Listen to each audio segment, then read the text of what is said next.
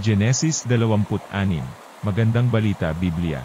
Si Isaac sa Gerar at sa Beerseba. Tulad ng nangyari ng panahon ni Abraham, nagkaroon muli ng tagutom sa lupain ng Kanaan. Kaya't nakarating si Isaac sa Gerar, sakop ni Abimelech na hari ng mga Filisteo. Nagpakita si Yahweh kay Isaac at nagsabi, "Huwag kang pupunta sa Ehipto, manirahan ka sa lupaing ituturo ko sa iyo. Dito ka muna, sasamahan kita, at pagpapalain. Ibibigay ko sa iyo at sa iyong lahi ang buong lupaing ito, tulad ng aking ipinangako sa iyong amang si Abraham. Pararamihin kong gaya ng mga bituin sa kalangitan ang iyong lahi, at lahat ng lupaing ito'y ibibigay ko sa kanila.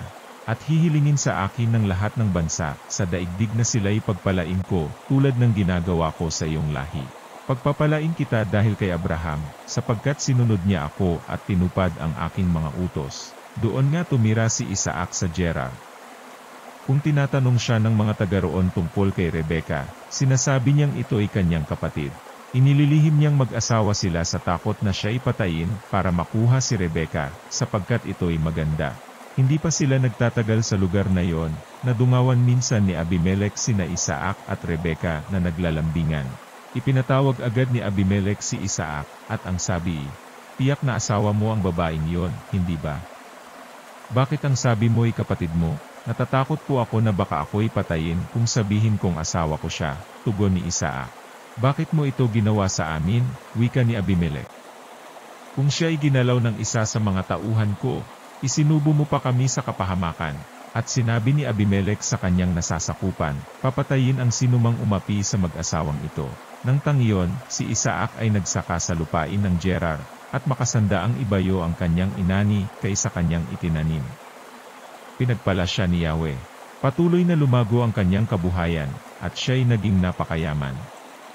Nainggit sa kanya ang mga Filisteo, sapagkat marami siyang alipin at mga kawan ng tupa at baka. Kaya tinabunan nila ang mga balong ginawa ng mga alipin ni Abraham, noong ito'y nabubuhay pa. Sinabi ni Abimelech, "Umalis ka na, Isaac, mas makapangyarihan ka pa ngayon kaysa amin."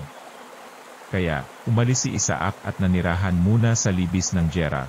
Ipinahukay niyang muli ang mga balon ni Abraham na tinabunan ng mga Filisteo. At ang mga balong iyon ay tinawag ni Isaac sa dating tawag dito ng kanyang ama.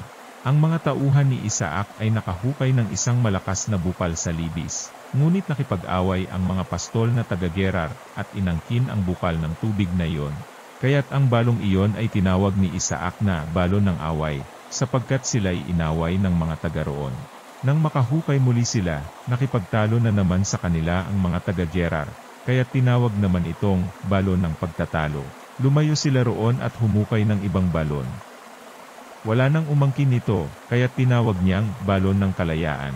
Ang sabi niya, "Unlad tayo sa lupaing ito, sapagkat binigyan tayo ni Yahweh ng kalayaang mamuhay sa lupaing ito." Umalis si Isaac at nagpunta sa Beerseba. Nang gabing iyon, nagpakita sa kanya si Yahweh, at ang sabi, "Ako ang Diyos ng iyong amang si Abraham.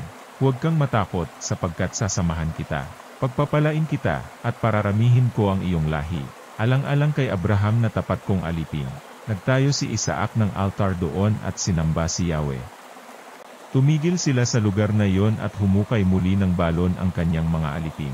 Ang kasunduan ni Isaac at ni Abimelech. Dumating si Abimelech buhat sa Gerar kasama si Ahuzat na kanyang tagapayo, at si Pikol na pinuno ng kanyang hukbo. Tinanong siya ni Isaac, "Bakit mo ako dinalaw? Hindi ba't galit ka sa akin, at ako'y pinaalis mo sa iyong bayan?" Ito ang sagot nila, "Naniniwala na kami ngayon na kasama mo ang Diyos, nais naming makipagkasundo sa iyo. Ipangako mo sanang hindi mo kami pipinsalain, sapagkat hindi ka rin naman namin pininsala. Pinakitaan ka namin ng mabuti at hindi ka ginambala sa iyong pag-alis. Ikaw ngayon ang pinagpapala ni Yahweh." Naghanda si Isaac ng malaking salusalo, at sila'y nagkainan at nag-inuman. Kinaumagahan, sila'y nagsumpa ang magiging magkaibigan, at saka mapayapang naghiwalay. Nang araw ring yon, ibinalita ng mga alipin ni Isaac na sila'y nakahukay na ng tubig. Tinawag niyang balon ng panata, ang balong iyon. Kaya, hanggang ngayon ay Beerseba ang tawag sa lungsod na itinayo roon. Nag-asawa ng mga dayuhan si Esau. 40 taon si Esau nang siya'y mag-asawa, si Judith na anak ng Heteong si Biri ang napangasawa niya. Naging asawa rin niya si Basemat, anak naman ni Elon, isa ring Heteo. Ang dalawang ito ang naging dahilan ng malaking sama ng loob nina Isaac at Rebekah.